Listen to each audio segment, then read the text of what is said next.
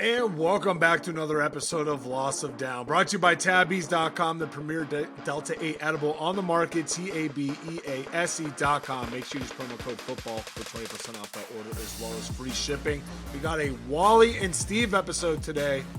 David is off sick. Hope he feels good, just like every other Texas fan on a Monday like today. Wally, how was your weekend? You know I had to get a shot into David 2 minutes in. I'm glad you did. I was thinking about doing it myself. Everybody watching that game last night, at least in our little circle, probably was thinking about David. Can't have him too happy these days. Got to knock him down because he's on top of the world with the news we will be getting into today. But otherwise, man, I'm just grinding right now. This is the time of year where everybody, I'm sure, can tell it's kind of a lull for the NFL. It's a little slow, so this is the time that I can kind of do other things, try to make money, all that. And I guess the only other thing, speaking of basketball, the women's Ohio State team playing for a shot at the Final Four themselves tonight after beating UConn last, was that Saturday? So big W for the Lady Buckeyes. The Ohio State men's basketball team isn't going to be doing anything for them. Couldn't even get into the CBI. They blow. That is an invitational. Maybe they declined it. Sure, we can say that all we want. I mean, they went, 15 and 18? I don't even think they got hot towards the end. Get in.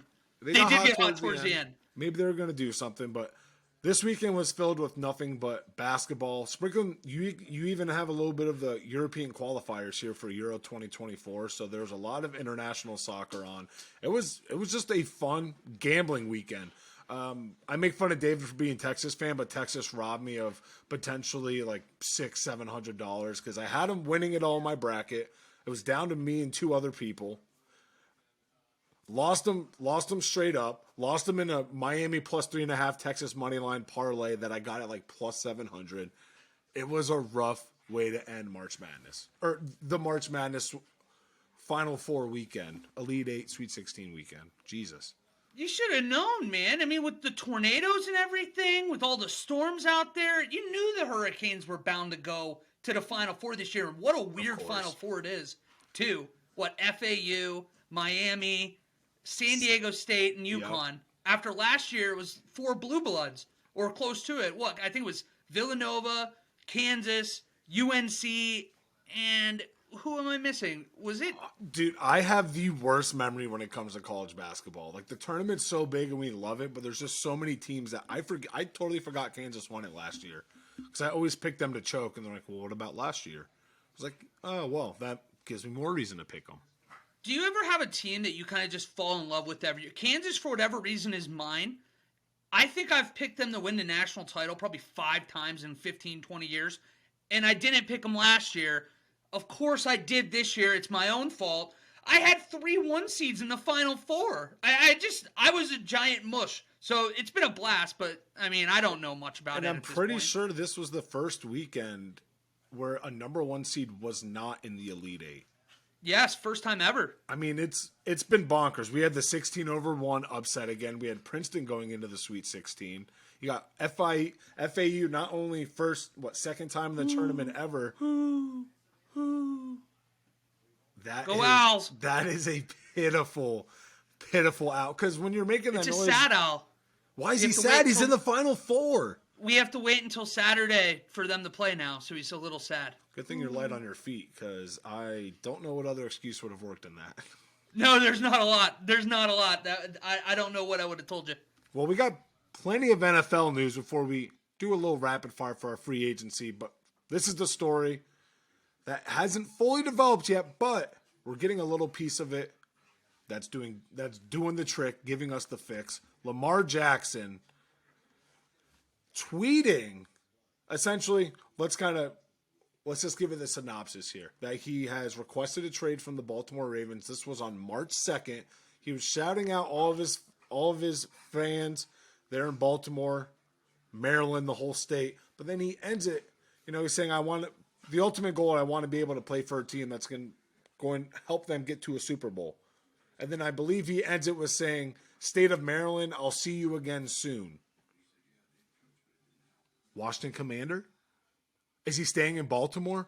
We all know Lamar we've all had our qualms about Lamar. He's representing himself. He's got the non-exclusive franchise tag, where now he's able to kind of negotiate on behalf of himself. He's relaying this tweet out there.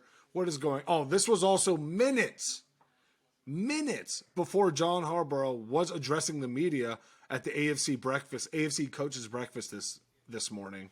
That wasn't a mistake, by the way. Of course you know it wasn't a mistake. Anybody that's seen the photos right now, this is typically a very relaxed event.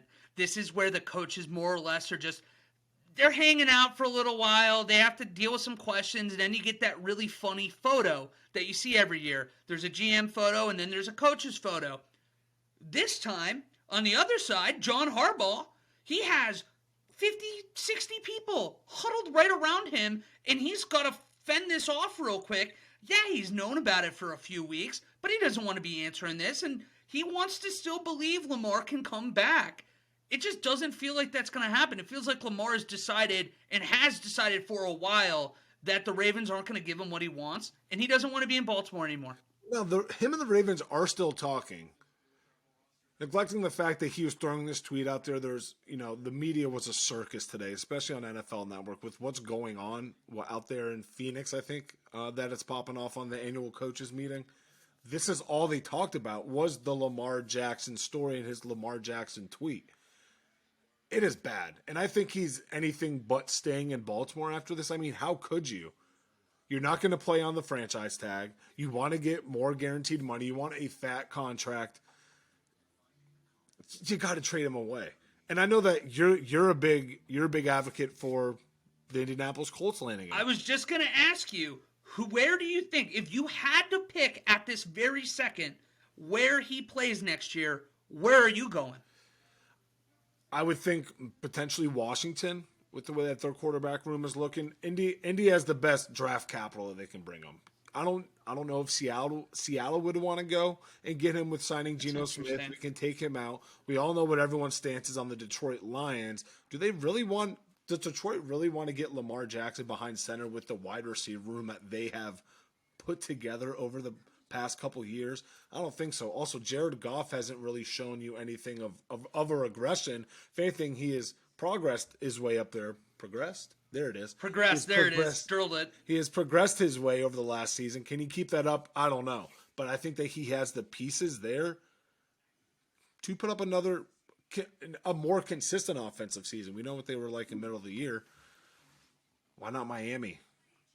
Tua maybe finally get out of there. He's gonna go to an offense they're gonna cater him a little bit more.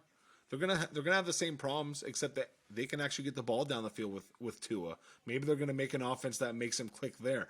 Mike McDaniels will be able to get it done in Miami, but Lamar going back home, Miami finally gets a quarterback that they can rely on and say that's my guy. Because even though if they have the 5th-year option with Tua, you brought in a Mike White. We know what the Tom Brady story has still been circulating of him possibly coming back into retirement. Why not Lamar going back to Miami, going back home? Well, the only thing I'd say here to that is that their total cap space is right under 4. And you'd be wasting Tyreek Hill and Jalen Waddle. You're going to have to send considerable amount of money back, at least figure out a way to restructure these deals to make it make sense. And for a guy like Lamar, who's openly said that I want a very high amount of guaranteed money, it's going to be difficult unless he's willing to do something like Deshaun Watson was, where you take almost a very backloaded deal. Yep. Where the front is going to almost be team-friendly and help you. I mean, if his goal is a Super Bowl, that'd be interesting. The Colts, though, I mean, the reason why that stands out to me so much is that, of course, you have the number 4 pick. So you'd be in position with, you'd assume at this point, Will Levis or Anthony Richardson. Only problem is the Cardinals pick 3, and there's a very real-world scenario that they move down with a team, be Vegas, be Tennessee, be one of these other teams that very obviously are in the market for the quarterback of the future. You're taking a gamble at 4, hoping that your guy gets there. I just don't know if they'd be willing to do it. But let's look at this real quick from a Ravens perspective, and then we'll move on. If he's gone, I think they're in a very unique situation to actually retool instead of rebuild. And we hear every GM wants to believe their team can retool, but this team actually can do it. You have foundational pieces on the offensive line. You have an elite young tight end. He's only turning 28 in September. An elite linebacker duo, and plenty of young players on the back end that can emerge as stars on the defense. If you get a good quarterback, whether that's in the draft, whether that via trade, the Ravens could really fix this in a year or two and be back to the consistent winners we're used to seeing them as. Of course, they're always going to build that defense. They never skip a beat on the defense. I think just a couple other things they need to adjust here on the offensive side of the ball, maybe bolster the offensive line a little bit. You mentioned not only Mark Andrews, but they really like this Isaiah Likely, who had a pretty solid rookie year, who put up some good numbers when Mark Andrews was out towards the end of the season. I felt like he missed 5 or 6 games, or even if he wasn't, Mark Andrews just wasn't putting up that production. Trust me, I had to hear it from Kylie every single week, who's on her fantasy team. She did not like him. He was an elite blocker last year too, likely when they used him. That's amazing to have, and people don't ever value blocking tight ends enough. Well, they have to in the Baltimore Ravens offense and the way that they've been running it, but true. I like the piece that they had. If they're going to move on from Lamar, I don't think it's going to be as seamless as a transition, or I don't think it would be as bad of a transition as people are thinking, as I should say. I think Anthony Richardson, that's something you can work with. Yes, obviously, without the years under his belt as a professional, there's not really that much of a drop-off from him and Lamar. Again, MVP 3 or 4 years ago, I get it, calling him and comparing him to Anthony Richardson. But when Lamar came in the league, it's the same as what Anthony Richardson would be coming in the league. So you're starting from scratch almost, but at least you have the mold there. Yeah, and we'll get more into that as the draft gets closer. The explosiveness is definitely going to be something people talk about, much as Lamar's was when he went in. But the next thing we are going to talk about here is Dont'a Hightower. After 9 seasons with the Patriots, he announced his retirement. You and I, when we were doing our research to talk about him today, it really stood out to us. If you factor in the years at Alabama, this guy won 5 championships in 12, 13 years. He was a 3-time Super Bowl winner in 9 seasons with the Patriots, 2-time Pro Bowler, 1-time second-team All-Pro, first-round pick. And the play that everybody almost takes for granted in that Seahawks-Patriots Super Bowl was Dont'a Hightower getting a tackle when it looked like Marshawn Lynch was going to walk into the end zone with a minute left. And we all know what happened the very next play. And that was all set up by Dont'a Hightower making a shoestring tackle to put the Seahawks in a position where they might be able to bottle it. And they did. Well, don't forget about his play in the Super Bowl comeback win against the Atlanta Falcons in the strip sack when they were down the possession in the fourth quarter. I think it was either down a possession or down like 9 or a weird amount of points. But that's what really, that play, you're like, oh, here comes the way. That was, I think it was actually 28-12. Felt almost over. But that was the play you're like, made here that they are. Play. Yep, they're back. They're it's only coming 2 back. Possession game. He's one of those players, again, another rare Patriots lifer that we're seeing retiring. Yeah, it's under a decade that he played, but still 9+ years in New England. That's an award in itself. But he is one of those guys, only 2-time Pro Bowler. He's one of those guys that could have made the Pro Bowl every year, but he just kept getting outperformed, or someone just had a ridiculous season and he kept being overshadowed. One of the most consistent linebackers in the NFL. I mean, you stay on the Patriots for 9 years. Bill Belichick is your coach. He is praising you. And he's one of those guys you never heard about any problems. He's a high-profile name that you didn't hear that many problems. Maybe here and there. I think there's one that's slipping my mind now that I think about it. But overall, worked his ass off. True Patriot. 3-time Super Bowl champion. Just a champion. He's just a pure winner by heart. And it showed since he was, I'm assuming, 19 years old when he was lifting up that first trophy. We haven't even gotten to the high school tapes and what he's done there.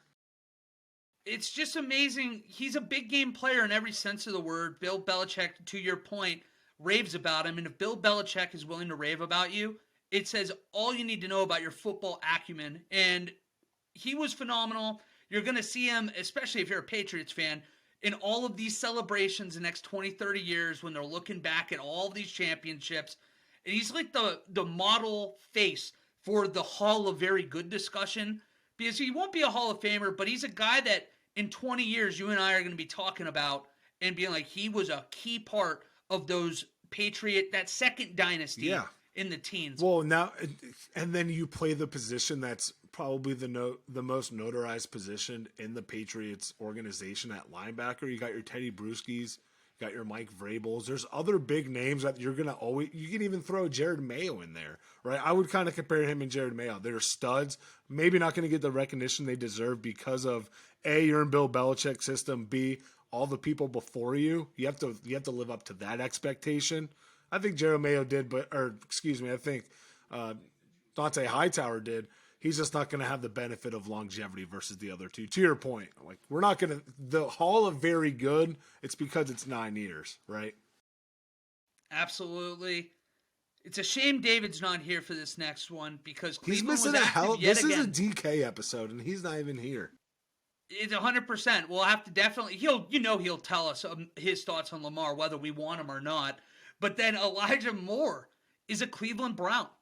The Browns traded the 42nd pick in the draft for Elijah Moore in a number 74 pick. Now, you guys, I'm sure, are aware, like, you're an NBA fan. You know those trade builder things you can do on, like, ESPN and stuff like that? There's, like, higher, more professional versions of that for trade makers for the NFL. And GMs use these, and they look at them to get a gauge on what a value is of a player. This is basically a high third-round pick traded for Elijah Moore. So it's interesting because now the Browns aren't picking back-to-back years until day 2, in late day 2 at that. What is your overall takeaways on this? Do you think you like the move for Cleveland? Are you a little skeptical? Where did you fall?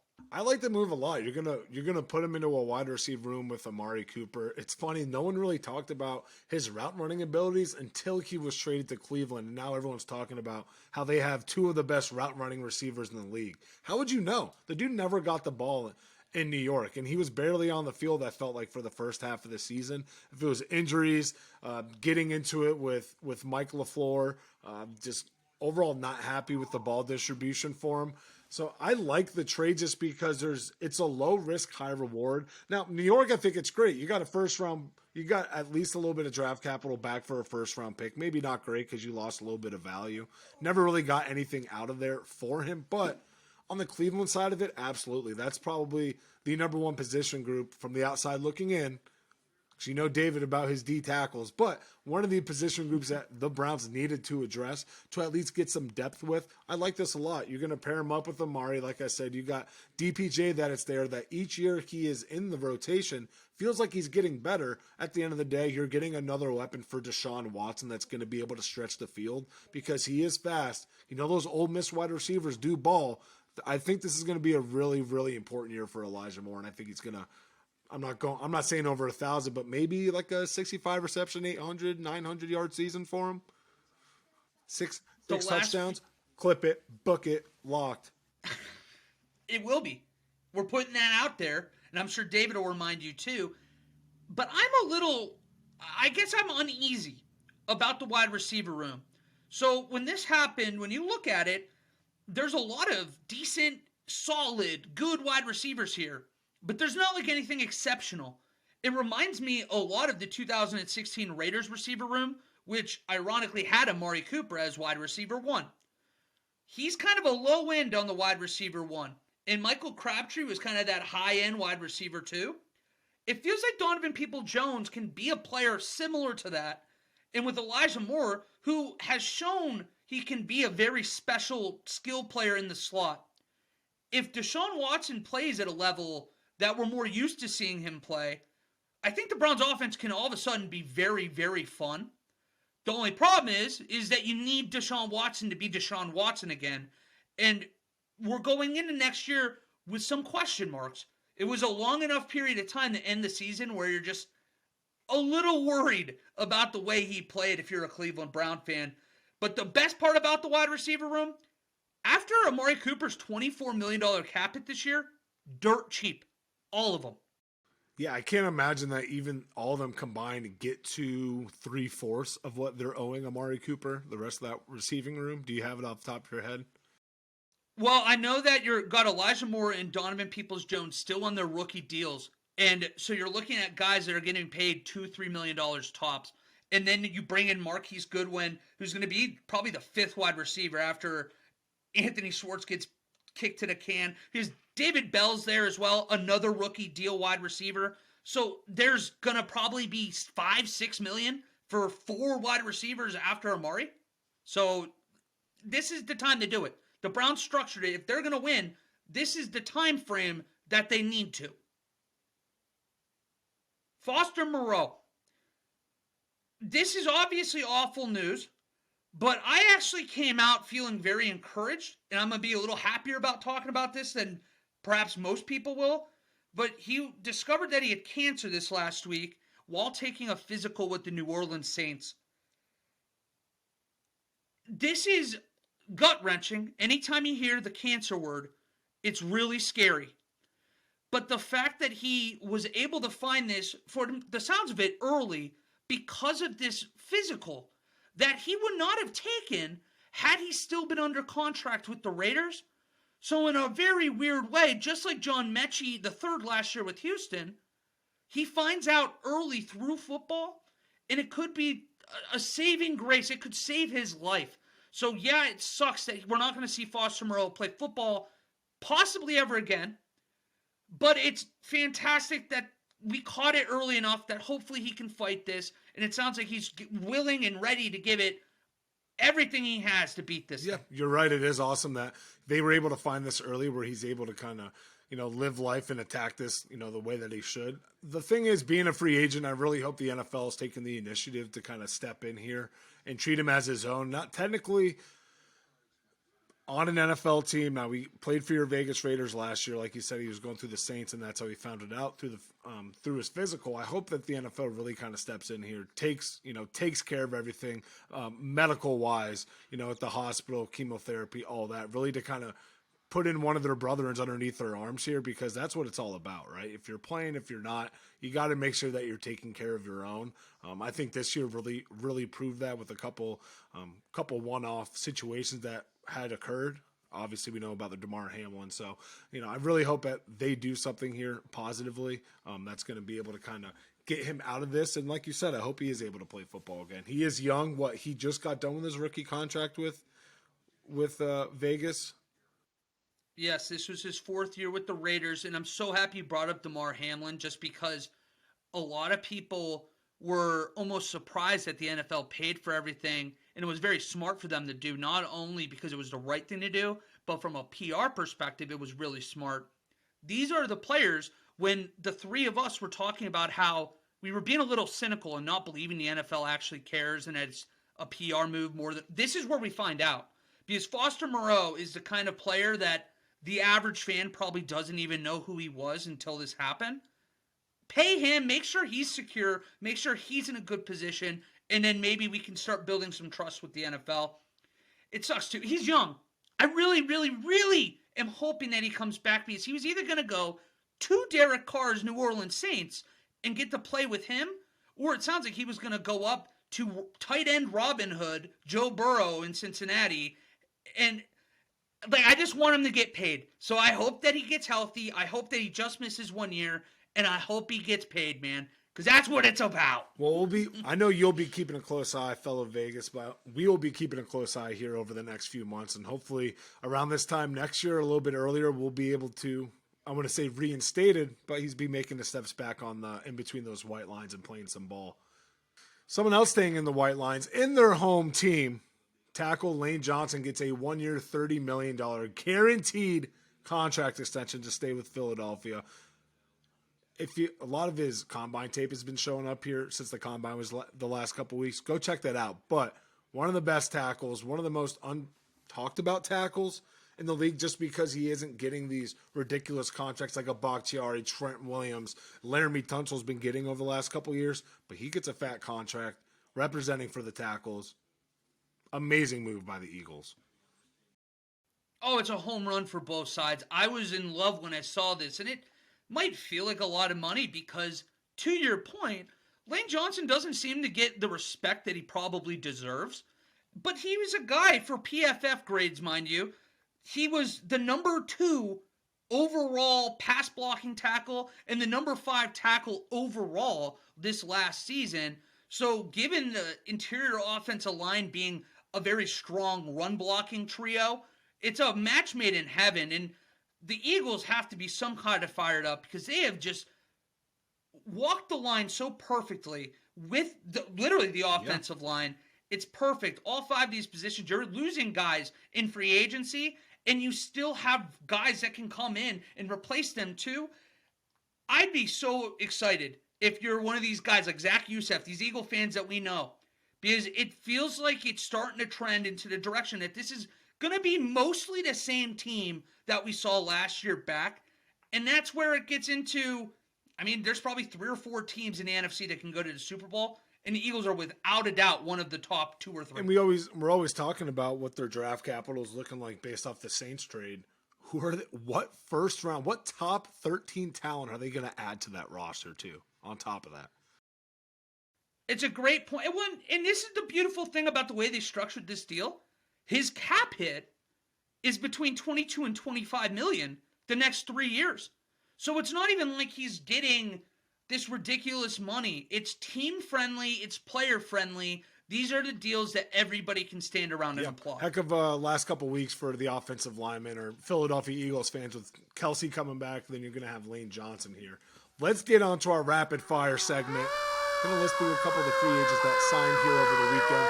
We want you to know that this rapid fire session, I know you hear the sirens, is brought to you by Abby Turner Creative, your one-stop shop marketing agency specializing in branding, high-end photography, fashion, and more, especially if you're Wally and I's age where it feels like there's college graduation, baby pictures, birthdays, you name it. Every weekend they're happening. Abby Turner Creative is the only way to do it.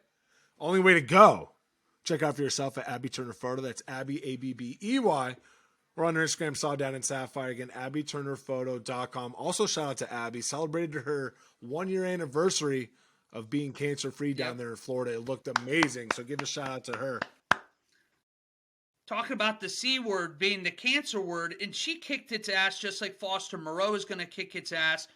Awesome episode to have her sponsor too. So, yeah, Abby, you're the best. You know you have 2 fans in us right here. Butson. Bobby Wagner is back in Seattle on a 1-year, $7 million deal. Me personally, I love seeing him go back. Just a year removed of him being released by the Seattle Seahawks. Great addition. I feel like a broken record over this offseason. Great addition to a young defense, and not only getting a veteran piece, but someone who has been there for a decade plus, who has won a championship, been there. Great leader to get on that side of the ball. What are your thoughts on Bobby Wagner reuniting with Seattle? It's one of the rare instances where the homecoming makes sense and it doesn't feel just gimmicky. It's a home run again. I love we're baseball season 2 days away from opening day. So home run. Another home run signing here. It's a defense that last year was pretty average, which was probably I guess better than most people expected, given the young talent they brought in that rookie class. And Clint Hurt is a defensive coordinator. I think David mentioned 6 months ago, he's going to be talked about in head coaching circles in the next year or so. Bringing in the field general, bringing in the guy that just is Seattle. He was the Seattle Seahawks. It feels like a perfect match, and I don't think they beat the 49ers in the West, but at least they're going to give them a freaking, like a hell of a try. Good old college try. Absolutely. Bills signed Damian Harris after losing Devin Singletary. I'm still expecting a big running back move this offseason, whether that's like going after a vet like Derrick Henry in a trade or making a trade to go up in the draft to make sure you get Bijan Robinson. But the Bills need a back who can take this offense to another level. Are you kind of in the same thought process after this deal? I am for sure. There isn't this the running back room never really stood out to me before the season. You had Devin Singletary, I know you had Zach Moss, who you ended up trading away to the Colts in return for Naheem Hines, more of a return specialist here on a really cheap running back deal. But then you add him. I know that you drafted James Cook last year, so maybe go all the way up to go get Bijan here in the first round. But it's so clear that the running game is what's holding back Buffalo right now because you're relying too much on Josh Allen to run it. Sean McDermott was actually quoted here in the coaches meeting saying now that he's overtaking the defense with Leslie Frazier stepping down for a year, he really needs Josh Allen to be that quarterback who is staying in the pocket. I need you less hits, need you less injured. We know what that elbow was looking like. Ironically, that was from a pocket tackle, let alone him running outside of it. But I agree. I think this signing really, really indicates maybe they have some other pieces or leverage they can use in getting a Derrick Henry. There's still question marks about maybe Zeke Elliott ending up there in Buffalo, but getting a star running back or even a low-end star running back in a Zeke Elliott is a very large piece Buffalo has needed and still currently needs to really be the front runner, not even in that division, in that conference. Completely agree. Speaking of Zeke, though, Cowboys let him walk. Seems like they're going to finally do the smart thing and go with youth at running back. Instead, they bring in Ronald Jones, who in 5 years in the league has never had a 1,000-yard season, has never really emerged as the guy people thought he was going to be. Steven, make it make sense. It's just a veteran backup to Tony Pollard, and you know what they're going to do. The running backs are never out of the race on the draft board of the Dallas Cowboys. It's funny because Rojo here a couple years ago, before they started getting Leonard Fournette the ball again, he was the premier guy in Tampa. Then all of a sudden he fumbled once or twice, gets put in the doghouse. You have Gio Bernard, you got Leonard Fournette. They had some other rookie that they were playing. All of a sudden he goes to Kansas City, doesn't do anything, wants a trade, is on the fourth. Like, he's on a Super Bowl winning team. He didn't play a snap. He LaShawn McCoy'd the Kansas City Chiefs, except at least LaShawn just, had the opportunities. He just kind of pissed it away. Funny enough, he actually played, but he had 70 total yards in his Chiefs career. So he didn't really play. That's a two-time winning running back. That's a good point. Get that ring, baby. Two-time Super Bowl winning quarterback. Now, speaking about the Kansas City Chiefs, they signed Drew Tranquill from the Los Angeles Chargers, but they lose McCole Hardman to the New York Jets here, their wide receiver. 2019 wide receiver, if I'm not mistaken. This is within your division. What do you think about the Drew Tranquill sign and the McCole Hardman leaving? The McCole Hardman leaving, if Rodgers does get traded, the offense is going to have a lot of names. But when you have a lot of names, there comes a lot of pressure. I feel like they have too many names. I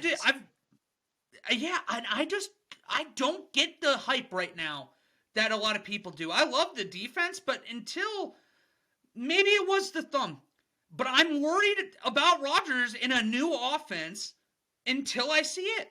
There's going to be sky-high expectations. So that move, like you said, it makes it a little tricky.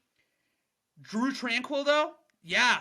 Sneaky this is a guy good. Staying in division. Sneaky good trade. Sneaky good. Or sign, excuse me. When I was being Omar Khan a few weeks ago when we were doing our New Year's resolutions, he was one of the guys I wanted the Steelers to go after. I think he's arguably my favorite linebacker in this free agency class, and he just doesn't get a lot of pop for some reason. He really hasn't, been focalized enough in the first several years in his time in LA, and that might be the reason. But this is a really, really fun hire. This is a really, really fun signing for a defense that really needed a little juice, even after a Super Bowl win. Excuse my dog for screaming in the background because she's a psychopath. But yeah, it's hard to stand out on a defense when you have the names of Joey Bosa, you have a Khalil Mack, you have a Derwin James, you add Asante Samuel Jr., then you go and get J.C. Jackson. Of course, there's going to be some names that fall into the crack. But, we were so worried about Kansas City, that linebacking unit, a couple weeks ago. Now, I don't know how I feel about him, obviously him pass rush versus Frank Clark night and day, but you still add a linebacking core. You bolster somewhat of that defense and really make that front seven your you're starting to buy into the front seven. We're like secondary. We're kind of SOL. Let's get into this front seven. Former Browns running back D'Ernest Johnson, he's finally going to get a chance to prove that he can be an NFL running back with the Jacksonville Jaguars. Johnson has been buried in a very good backfield for his entire career. Not a lot of wear and tear on the tires, which is really exciting if you're the Jaguars. Less than 150 professional carries in 4 years. For a hair over $1 million, it makes for a fun little gamble. No, right? Why not? You know what he's able to do in the short sample size that we've had, and we know the games that he had there in Cleveland that people were going crazy for. No, I like it a lot. It makes me kind of question the James Robinson move. Maybe it was more of James trying to get more touches than he goes up to Philly and gets 0 touches. But I like this a lot. It's a good unproven guy. We know what Travis Etienne is going to provide. You know, it seems like maybe at least he's going to leave some games early, miss a game or two outside of his ACL tear. So it's a good insurance policy. And Doug Peterson must like him a lot because he's able to do a lot out of the backfield. I like the D'Ernest Johnson move a lot. Two-headed running monsters. I'm a sucker for him. Nelson Aguilar, your boy, and DJ Chark were signed on 1-year deals, Baltimore and Carolina respectively. So another wide receiver choosing to die in Baltimore. That's good for you, but Carolina keeps adding veteran pieces to a non-existent wide receiver room. Now they got Adam Thielen. You had DJ Chark, who had a decent year, still missed some games with injuries with Detroit last year, but the resurgence a little bit. I need someone to tell me why I should care. Because neither of these two wide receivers together, would you bet that they collectively reach 1,000 yards this year? Because my money's on hell no. No, maybe if Aguilar went to a different team, I would say yes. But with Baltimore, no. This one's easy that we can all agree on. Joe Burrow was reps, and the Bengals have been talking about a contract extension with the quarterback going into, I cannot believe it, his 4th year already. We know ACL tear his rookie year, Super Bowl appearance his 2nd, AFC Championship his 3rd. Yeah, no shit. I'm very excited to see what that number is going to look like in comparison to Patrick Mahomes. Obviously, this is a great story coming out of Cincinnati. Yeah, this was a no-brainer. I'm glad you said it the way you did because there's no one. I feel like the Bengals have actually even been transparent about their plans to get him extended this offseason. It's just more of a question for me. Is he going to own Kings Island along with 50% of the city of Cincinnati, or if it's even more? It has to be over half a billion, right? You would think.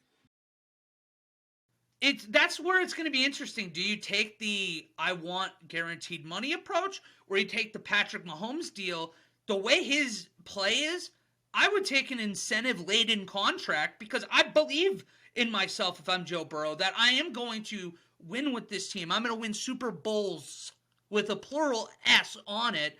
Pay me, and I'm going to make your wildest dreams come true. Why not just get a cheaper contract just for this year? Give me like a 5-year. Give me like a 5-year 120. Boom.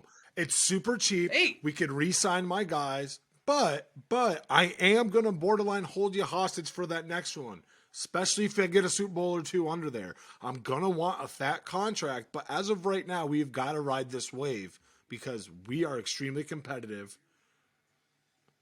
But we'll see what their defense is going to look like if they're going to keep them competitive. Ja'Marr Chase said it. He knows Joe Burrow knows how to get paid and make sure his guys get paid too. Whoa! You get He's paid going to have the structure. So, I mean, I don't know. I mean, Odell Beckham Jr. was there doing his cash flip on national title night. But Joe Burrow, if he takes a deal that can help them keep T. Higgins and Ja'Marr Chase, whether that's heavy in bonuses, which Mike Brown's not known to do, I mean, that's the way to do it because there's ways around the salary cap. We've learned that in the last 5 years. The salary cap is a myth. It's something that we just talk about because that keeps us from, like, there's rich owners and poor owners. Mike Brown with the Bengals is a poor owner. But that's what we said when he shelled out for Orlando Brown. True. And if he's willing to do that, and I'm always a member of the belief that for especially owners, as you get older, you know that your life has only X amount of days. go all in if you're Mike Brown. He's probably 80 something. His dad and him have never owned a team and won a Super Bowl. Why not try now? This is the first time they won a playoff game since the 80s, since the 90s? Since the early 90s, because they had the Bo Jackson curse game. When the Raiders... Don't forget where you came from with that. Sign this man. I think it's just a matter of making sure you have enough commas. That's the question. With that, that's going to bring us to another end of an episode of Loss of Down. Shout out to our sponsors, tabbies.com, as well as Abby Turner Creative. Make sure to check us out on all of our social media platforms, Facebook, Instagram, and YouTube. Loss of Down, Twitter, _loss. Wally, do you have any parting words for the fans? Love you, David. I hope you feel better. Otherwise, two things. One, go Buckeyes tonight. I told you at the start of the show. They play at 9 o'clock. They're trying to go to the Final Four. I don't know enough about women's basketball history, but I know that would be the first time in at least 35 years, maybe even longer. But so go Bucks there. And also, if you hear this, we're going to be doing a draft special at the end of April. If you have interest in drafting for your team, and I want to preface that, your team, please text me. Pod's not big enough, so I'm not worried about giving the number. If you don't have it, it's 724-584-2618. I know. Hey, you know what? If we get big enough that me giving my number on here happens, okay, I can live with that. But text me at that number, tell me your team, and we will go first come, first serve. And that's the way we're doing this. That way it stays fair. But we'll tell you more about that down the road. But if you have interest, text me. That's all I got. I'm just ready to. How about you? I have finally mastered how to make the perfect fried chicken sandwich. Whipping it up for the third time in like a week and a half tonight. I would love to hear it. Now, you got to have a pickle involved, correct? Absolutely not. I hate pickles. You're a loser. That just rattled me. I thought we were going to have a bonding moment. No. Well, then what's your plan to make a perfect sandwich if it's already imperfect? How is it imperfect? Because pickles are delicious. Okay. What do you mean, okay?